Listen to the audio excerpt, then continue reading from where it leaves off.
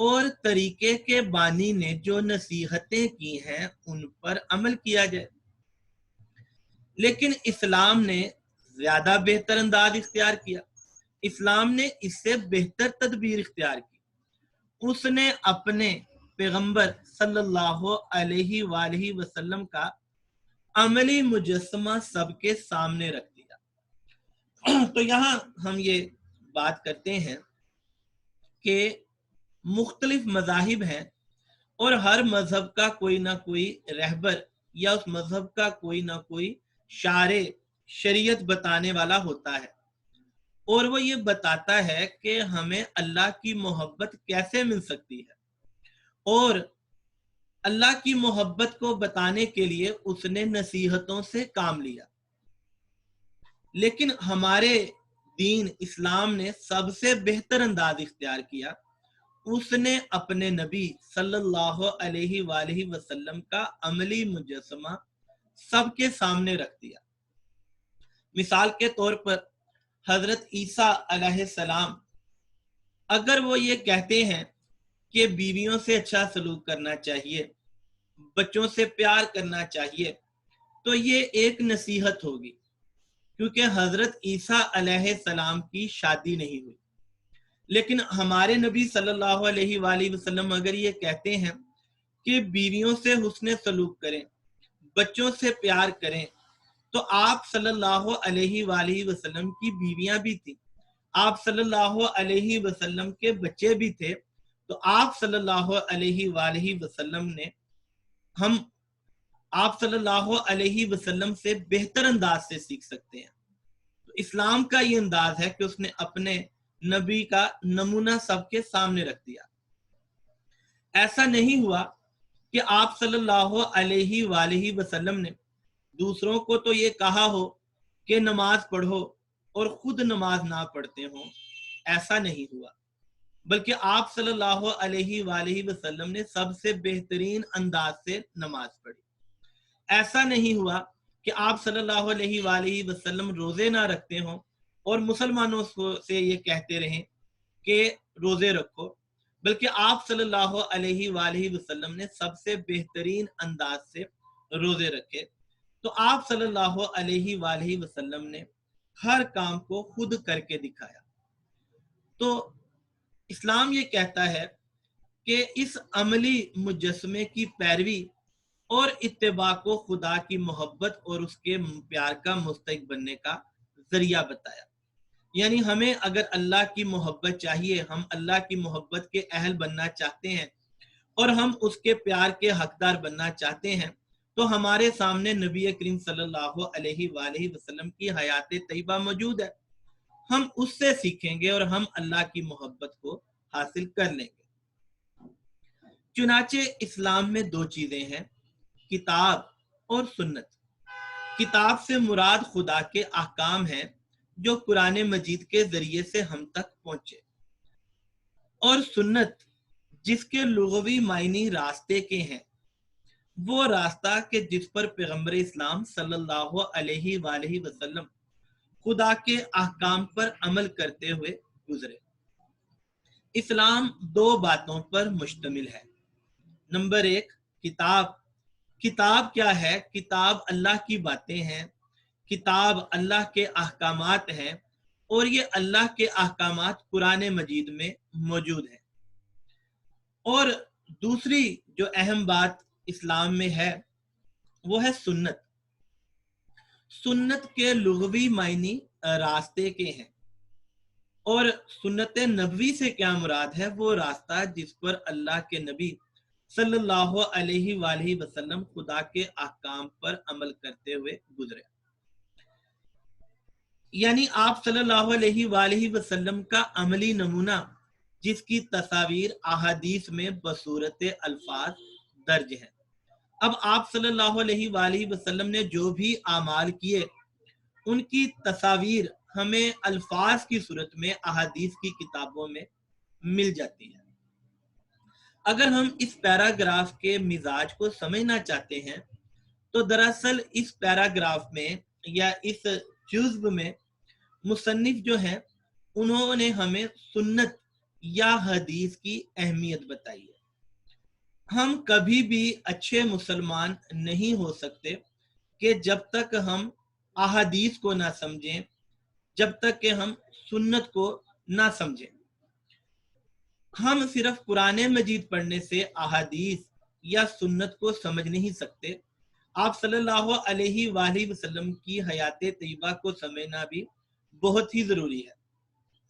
مثال کے طور پر قرآن میں یہ تو کہا گیا ہے کہ نماز پڑھیں، لیکن رکوع کیسے کرنے ہیں، سجدے کیسے ادا کرنے ہیں، اس کا ہمیں احادیث سے ہی پتہ چلتا ہے۔ قرآن میں یہ ذکر ہے کہ روزے رکھیں، لیکن روزے رکھنے کے مسائل کیا ہیں، سحری کب کرنی چاہیے، افطاری کیسے کرنی ہے، ان کی تفصیل ہمیں احادیث سے ہی ملتی ہے۔ اسی طرح ہی قرآن مجید میں یہ ہے کہ زکوٰۃ دو اور حج کرو، لیکن زکوٰۃ کے مسائل کیا ہیں، حج کے مناسک کیا ہیں، اس کا صحیح معنوں میں ہمیں اندازہ احادیث سے ہی ہو سکتا ہے۔ غرض یہ کہ ایک مسلمان کی کامیابی اور تکمیل روحانی کے لیے جو چیز ہے وہ سنت نبوی صلی اللہ علیہ وآلہ وسلم ہے۔ المختصر یہ کہ کوئی بھی مسلمان دنیا میں بھی کامیاب ہونا چاہتا ہے، آخرت میں بھی سرخرو ہونا چاہتا ہے، اور اپنی روحانی تکمیل بھی کرنا چاہتا ہے، تو وہ سنت نبوی صلی اللہ علیہ وآلہ وسلم کو پڑھے اور سنت نبوی صلی اللہ علیہ وآلہ وسلم پر عمل کرے، تب ہی یہ ممکن ہے۔ ڈیئر اسٹوڈنٹس، آگے پڑھتے ہیں۔ اگلے جز میں یا اگلے پیراگراف میں مصنف یہ بتاتے ہیں کہ اس دنیا کی بنیاد اختلاف عمل پر ہے، یعنی یہ دنیا کیسے چل رہی ہے؟ دنیا ایسے چل رہی ہے کہ مختلف لوگ مختلف کام کر رہے ہیں، تب یہ دنیا چل رہی ہے۔ ذرا آپ سوچیں کہ اگر سارے کے سارے بادشاہ ہی بن جائیں تو کیا اس دنیا کا نظام چل سکتا ہے؟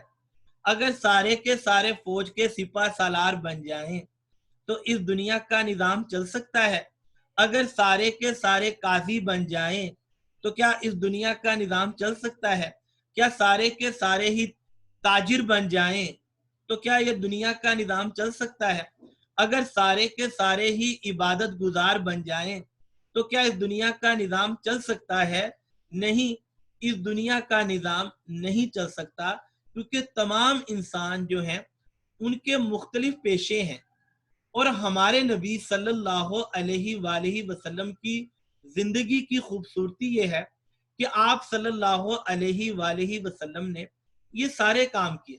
آپ صلی اللہ علیہ وآلہ وسلم سے بڑھ کر بادشاہ کوئی نہیں، آپ صلی اللہ علیہ وآلہ وسلم سے بڑھ کر قاضی کوئی نہیں، آپ صلی اللہ علیہ وآلہ وسلم سے بڑھ کر فوج کا سپاہ سالار کوئی نہیں۔ تو آپ صلی اللہ علیہ وآلہ وسلم کی حیات طیبہ اپنی ذات میں ایک معجزہ ہے، اور آپ صلی اللہ علیہ وآلہ وسلم کی حیات طیبہ میں ہمیں یہ سب جھلکیاں ملتی ہیں۔ لہذا تمام کے تمام انسان آپ صلی اللہ علیہ وآلہ وسلم کی اتباع کر سکتے ہیں۔ وہ تمام اشخاص جو کسی مذہب کے حلقہ اطاعت میں داخل ہوں، ناممکن ہے وہ کسی ایک صنف انسانی سے تعلق رکھتے ہیں۔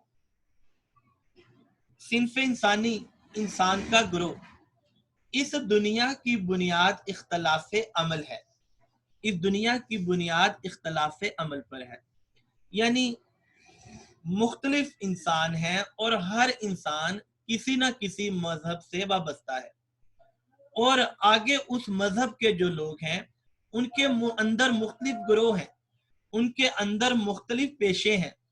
اگر ہم اس دنیا کی بات کرتے ہیں تو اس دنیا کی بنیاد اختلاف عمل پر ہے، یعنی انسان مختلف پیشے اختیار کرتے ہیں، اور اسی طرح ہی دنیا کا نظام چلتا ہے۔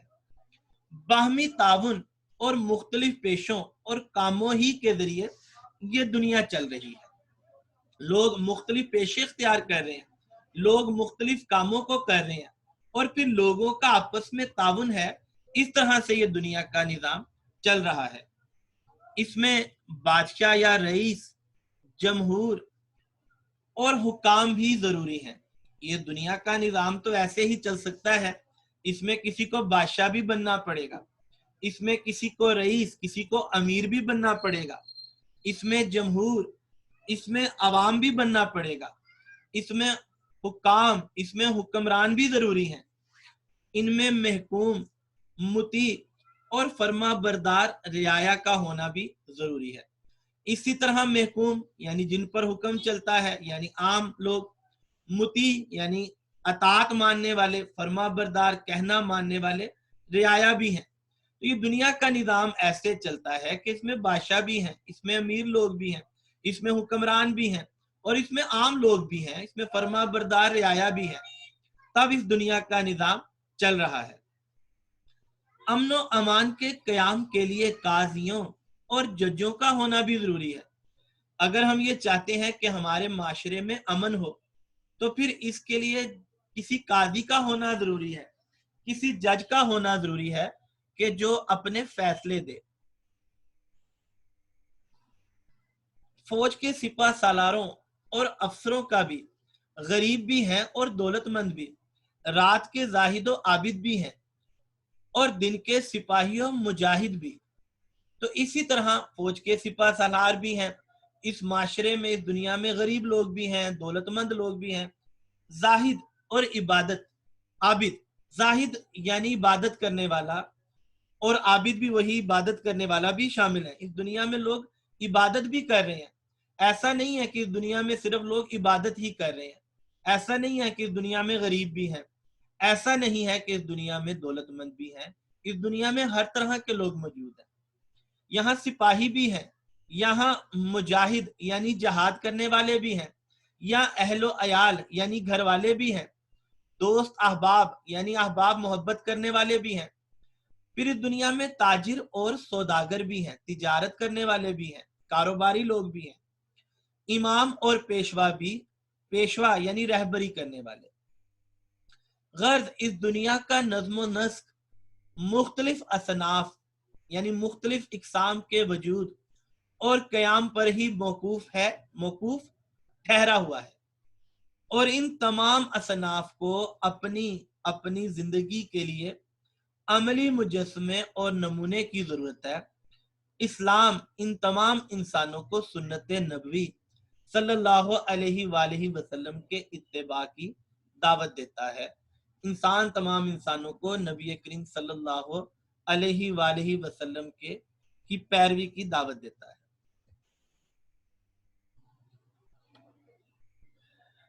اگلے پیراگراف میں مصنف یہ بتاتے ہیں کہ انسان جو ہیں ان کے مختلف طبقات ہیں، انسان جو ہیں ان کی مختلف اقسام ہیں، اور ہر طبقے کے لیے آپ صلی اللہ علیہ وآلہ وسلم کی زندگی جو ہے وہ ایک روشنی کا کام کر رہی ہے۔